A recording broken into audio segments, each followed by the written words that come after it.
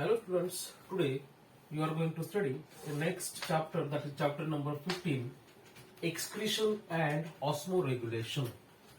Excretion, excretion and osmoregulation,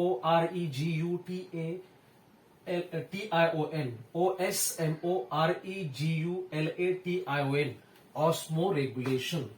So excretion and the osmoregulation. So today you are going to study chapter number 15, that is excretion and osmoregulation. Okay. So before moving towards the actual chapter, you must have some idea regarding basic things like the metabolism. Okay. Let us see what is metabolism. So as I said earlier, in 11th standard, chapter number 1, that is the properties of living world. In first chapter you have studied what is metabolism. Okay, so metabolism, as I said earlier, metabolism means it is a sum total of all biochemical reactions occurring simultaneously in the body of living organisms is called as metabolism. So metabolism involves two different types of reactions like the catabolism and the anabolism. So as I said earlier, catabolism means, so that word itself indicates its meaning, that is the catabolism. Cata means, catalyst means the breakdown. Breakdown of complex substance into the simple ones is called as catabolism. And anabolism means putting together or synthesis of new compound by simple ones is called as anabolism. Okay, so metabolism involves two different types of reactions like the catabolism and the anabolism. Okay, so catabolism means the breaking down of complex into the simple ones, and the anabolism means putting together or synthesis of new substance by putting together simple ones is called as anabolism. So this is simply regarding the catabolism and the anabolism. So catabolic reactions as well as metabolic reactions. It means that ultimately metabolism produces a metabolism process. Basically this metabolism means nothing but it is a sum total of all biochemical reactions. So all these biochemical reactions produce many byproducts in our body, and these many byproducts produced in the body of living organisms are known as metabolic byproducts. Okay, or the metabolic wastes. Okay, so metabolic waste like the water, then the metabolic waste might be in liquid form or maybe in gaseous form or a liquid form. So they may be present in different forms like the liquid, solid and the gaseous. Okay, so elimination of all these metabolic products from the body is called as excretion. So these metabolic products, byproducts or the metabolic waste should be eliminated through our body into the it should be eliminated through our body, because these are harmful products. So these products cannot be retained in our body for longer periods. Okay, so elimination of all these metabolic products through our body is called as a excretion process. Okay, so this is simply regarding, because these substances are not absorbed or unabsorbed substances, as well as these substances are undigested substances, and these undigested substances have never absorbed in our body, or these cannot be entered in our body. So these unabsorbed, undigested waste should be eliminated through our body. So all these products, metabolic products, are known as a metabolic wastes. Okay, for example, water, CO2, ammonia, urea, uric acid, creatinine, minerals, salts, and the sodium, potassium, calcium. These are different metabolic wastes or the metabolic byproducts, okay, which are produced by the process of metabolism. Okay, so this is simply regarding the metabolic products or the metabolic wastes which are produced in our body through the different processes. Like the metabolic processes involves different types of processes, or two different types of processes like the catabolic reactions and the anabolic reactions. Okay, so this is simply regarding the unwanted or the unabsorbed or the undigested products in our body or in the body of different living organisms. Then you just see about the some different substances like the carbohydrates. So carbohydrate fats are stored in our body, but the main thing is that is the amino acids are not stored in the body. So these are broken down through the process of deamination, and then deamination process in which ammonia is produced. Okay, and that ammonia is, or this ammonia should be excreted, or it should be converted into the less toxic, because this ammonia is a harmful when it is present in our body. So as I said earlier, carbohydrates and the fats, these two different types of substances can be stored in our body, but the different types of proteins, basically as I said earlier, proteins are a long chain polymers of amino acids. So these amino acids cannot be stored in our body. So these amino acids are further broken down through catabolic reactions, okay,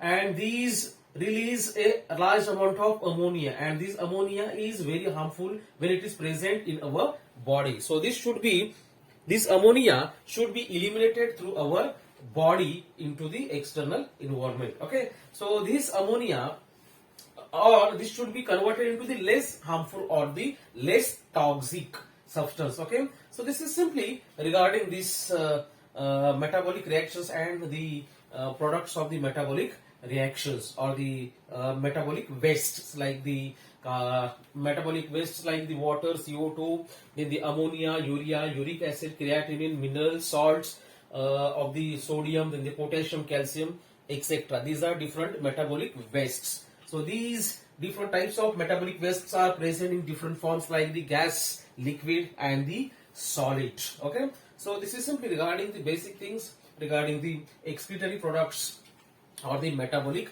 wastes. Now just see few more things regarding the animals. So animals, on the basis of presence of metabolic wastes, these animals are broadly classified, or animals can be broadly classified into three different types of animals, like the ammonotelism, ammonotelism,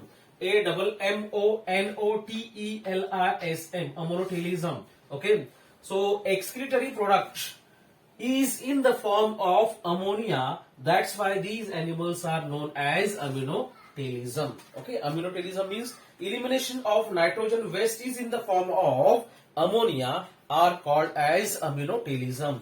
ammonotelism, ammonotelism. So nitrogen waste is in the form of ammonia. That's why these animals are known as ammonotelism. Okay, it is basic in the nature. Okay, hence this can be disturbed a body pH. It is basic. Ammonia is a basic. Okay, when it is present in our body, so this ammonia can disturb our body. Okay, as well as our plasma membrane. Okay, through plasma membrane. Okay, of the cells. So this is simply regarding the ammonia.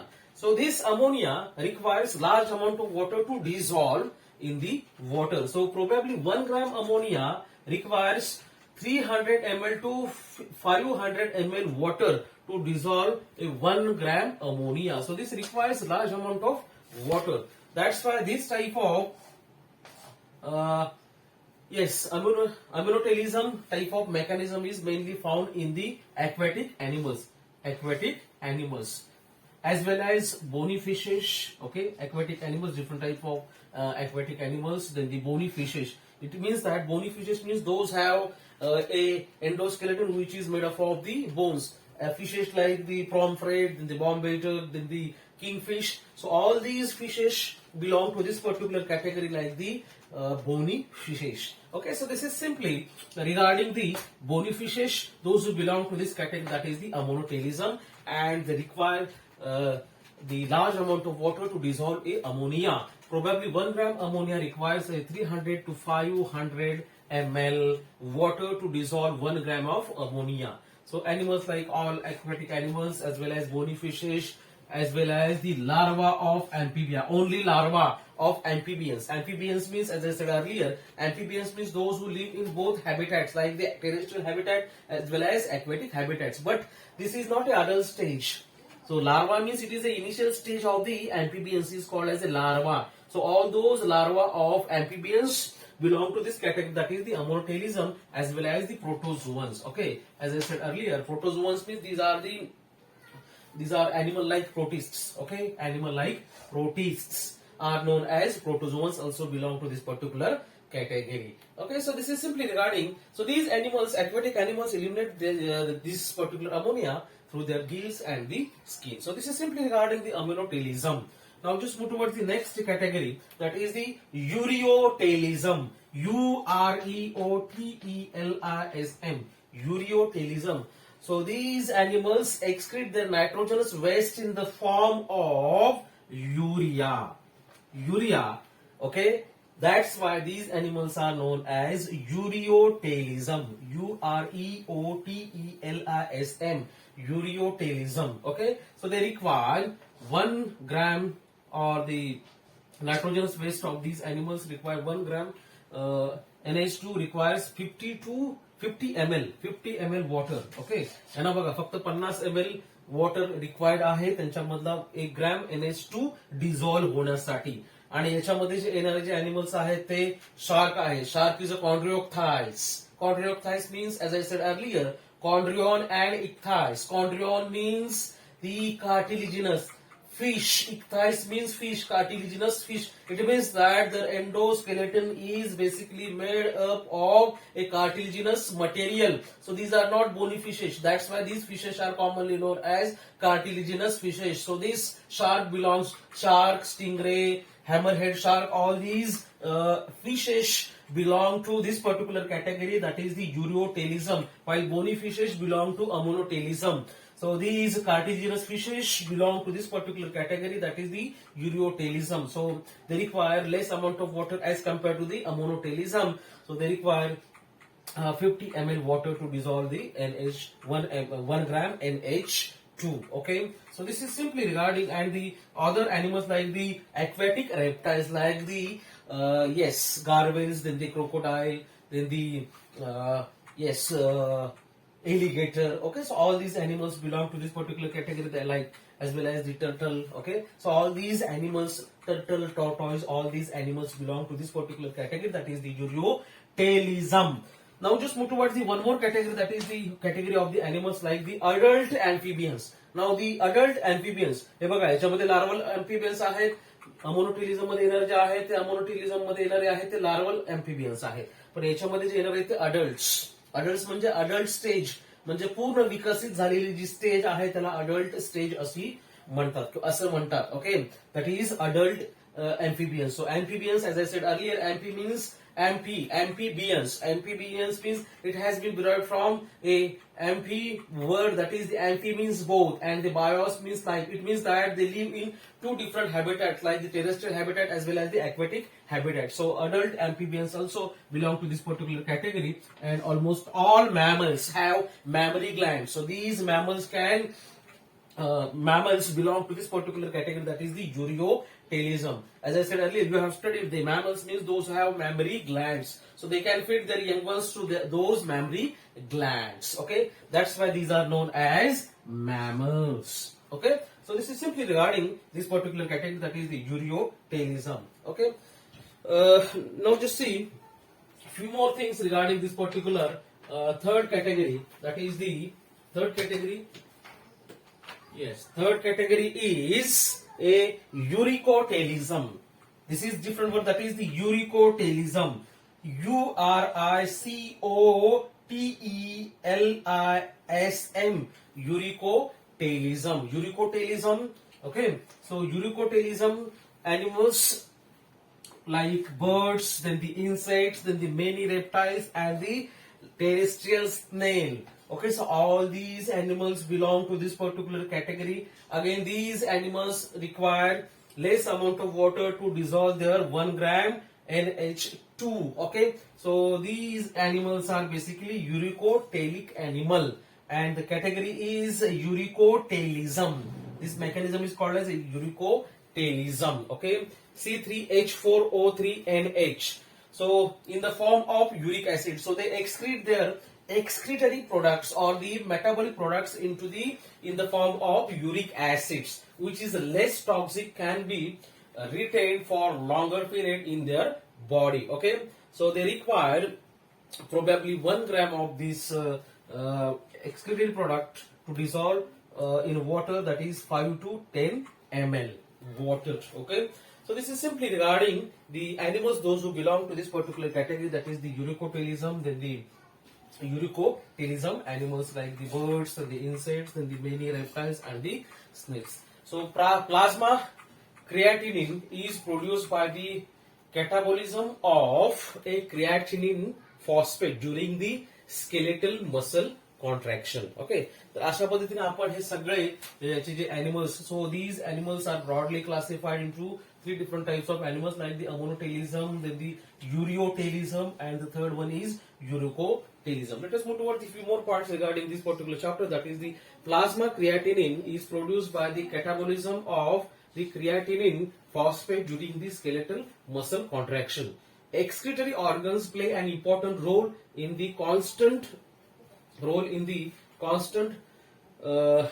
environment in our body, to maintain a constant environment in our body. So these are called this process is called in the body called as a homeostasis. Okay, so excretory organs play important role in our body to maintain a constant environment, and this process is called as a homeostasis. It requires a osmoregulation which maintains a solute concentration and the water balance. So this particular process, that is the osmoregulation process, requires it requires a osmoregulation which maintains the solute concentration and the water balance. Okay, marine birds drink a salty water and have a salty gland in near the nostril, so they can excrete a extra salt through those salty gland through the.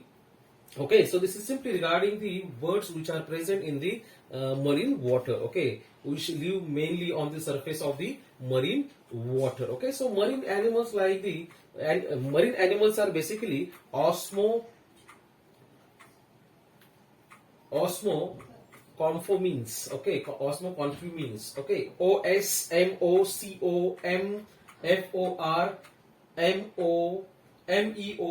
Okay. osmoconformores. Okay, while the terrestrial animals are osmoregulators. Okay, terrestrial animals are osmoregulators, that is osmoregulators, osmoregulators. Okay, terrestrial animals आहेत ते कशा आहेत, osmoregulators आहेत. Those who tolerate wide range of salt concentration in their body are known as stenohaline. Stenohaline, stenohaline, and those have those have wide range are known as those animals have a narrow range are known as a stenohaline, while those have a wide range can also tolerate a wide range of a salt are known as the euryhaline.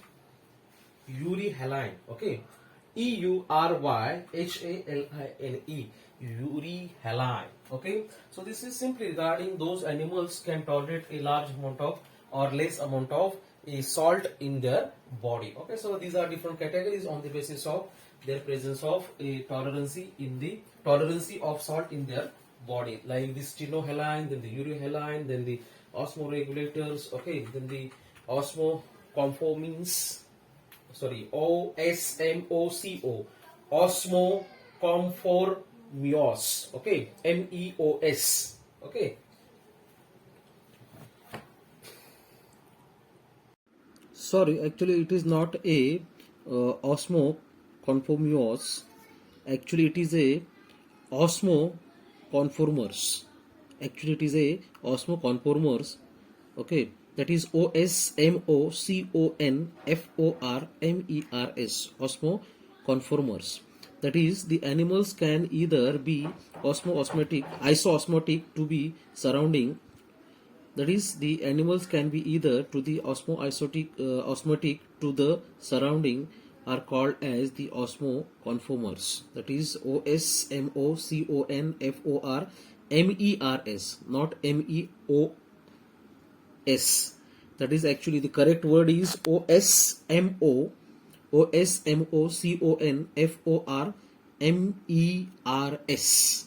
That is osmoconformers. Osmoconformers. osmoconformers. Osmoconformers. Okay. Now just move towards the one more point, that is the Bowman's capsule and the glomerulus. So you can see this is a diagram of the Bowman's capsule and the glomerulus. This consists of the glomerulus, then the efferent EFFERENT efferent arteriolar, then the capillaries, then the basement membrane, then the parietal wall, then the visceral wall. This is visceral wall. Then you can see the PCT cells, then the basal channel, then the inner intercellular space.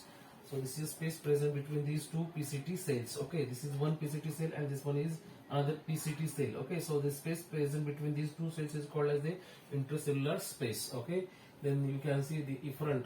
इकडे efferent आहे, इकडे afferent आहे. Okay, so you can see the efferent arteriolar and the afferent arteriolar, then the colloidal osmotic pressure, which is measured about the 30 mm Hg. Okay, so this is the pressure and the measurement of the pressure, then the capsular space. So these are different labels of this particular glomerulus and the Bowman's capsule. Let us see regarding the a typical nephron and its structure one by one. Okay, so nephrons are structure and the functional unit of the kidney.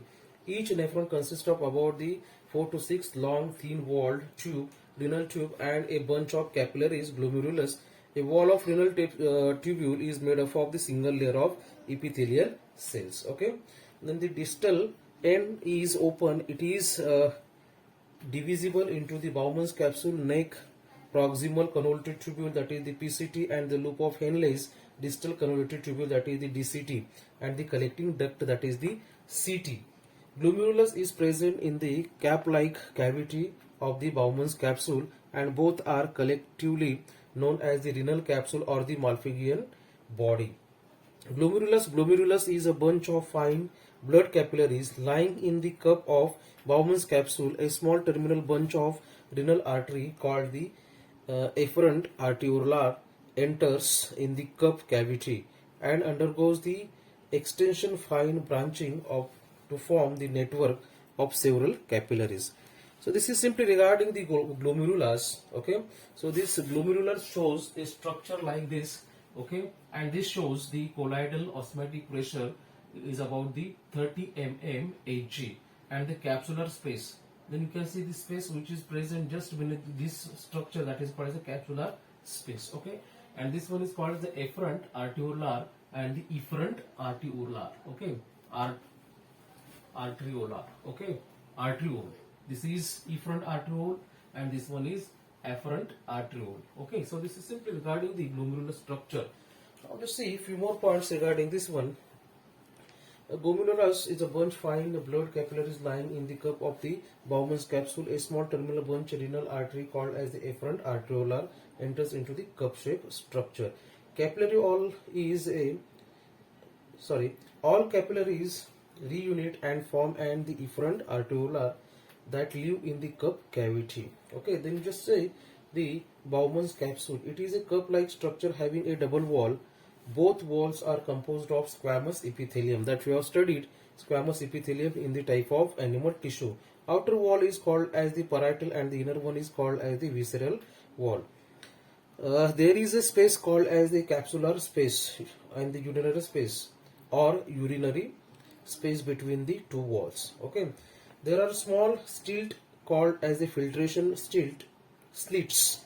There are small slits or a space present between the two cells. Okay, and these slits are called as a filtration slit in between the adjacent podocytes. Okay, parietal wall is a thin consisting of a simple squamous epithelium. It continues into the neck. The wall of neck is made up of ciliated epithelium.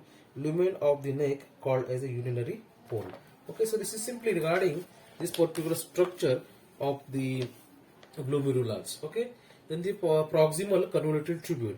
This is highly coiled part of the nephron. This proximal convoluted tubule is a highly coiled part of the nephron. It is lined by the cuboidal cells with a brush border, that is called as a microvilli, which is located at the base. So these microvilli are present in the PCT cells, that is proximal convoluted tubule cells, and these microvilli are located towards the inner side.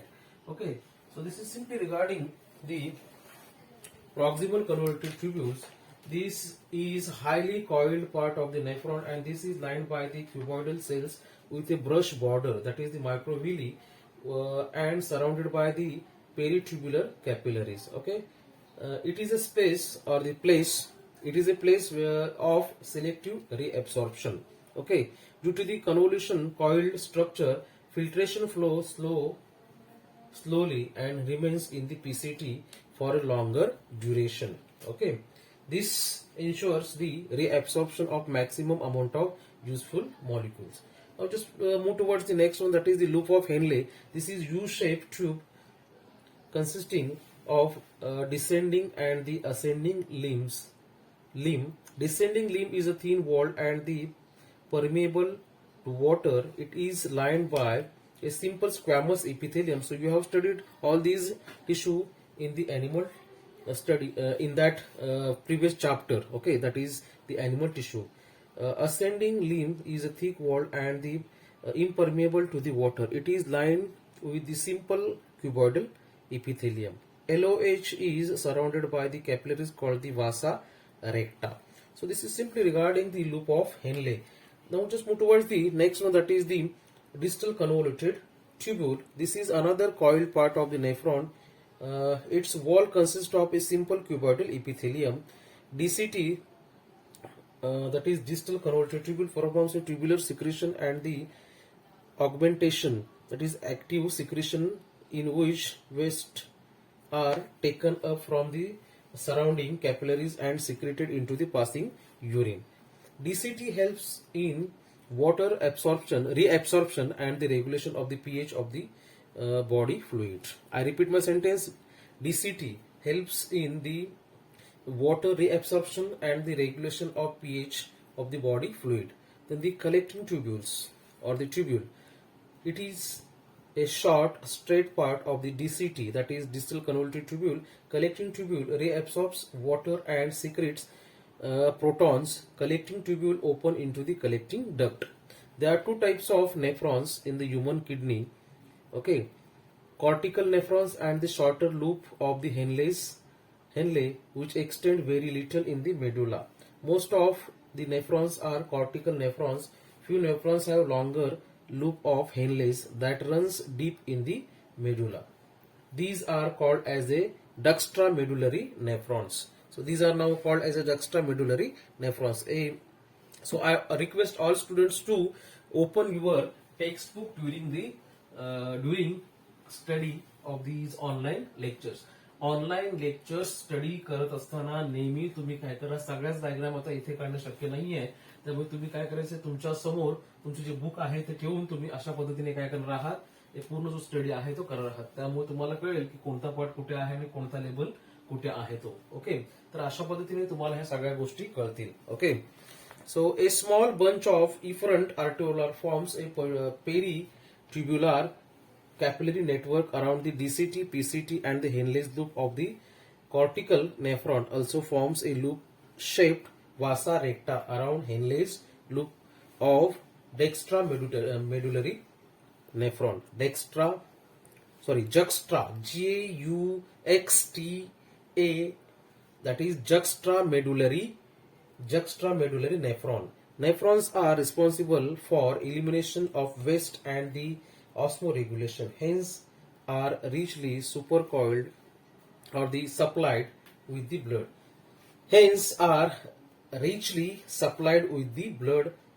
Okay, about 1/4 of the cardiac output is supplied to kidney.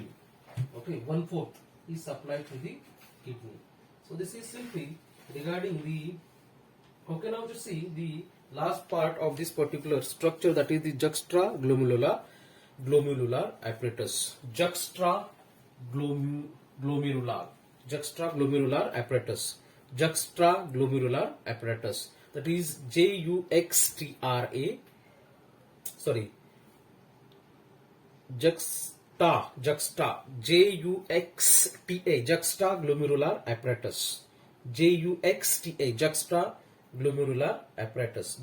apparatus.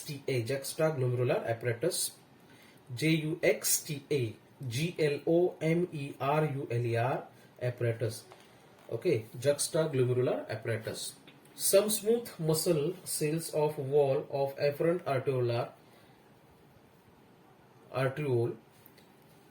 afferent arteriole are modified in such a way that there is a sarcoplasm is a granular. I repeat my sentence. Some smooth muscle cells of the wall of afferent arteriole are modified in such a way that there is sarcoplasm in is granular. These cells are called juxtaglomerular cells. Juxtaglomerular cells. Okay.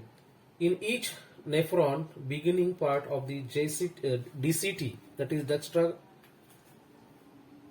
juxtaglomerular or the convoluted tubule, makes a contact with the, I repeat my sentence, each nephron beginning part of DCT, that is juxta convoluted tubule, makes a contact with the afferent arteriole of same nephron. Cells in the wall of JCT, that is juxta convoluted tubule, in this region are packed more densely than those in other region of the DCT. This is called as the macula densa. Okay, macula densa. Okay, macula densa and the JG cells together form a juxtaglomerular apparatus that play important role in the blood pressure regulation within the kidney. So this helps to maintain or to regulate within the kidney.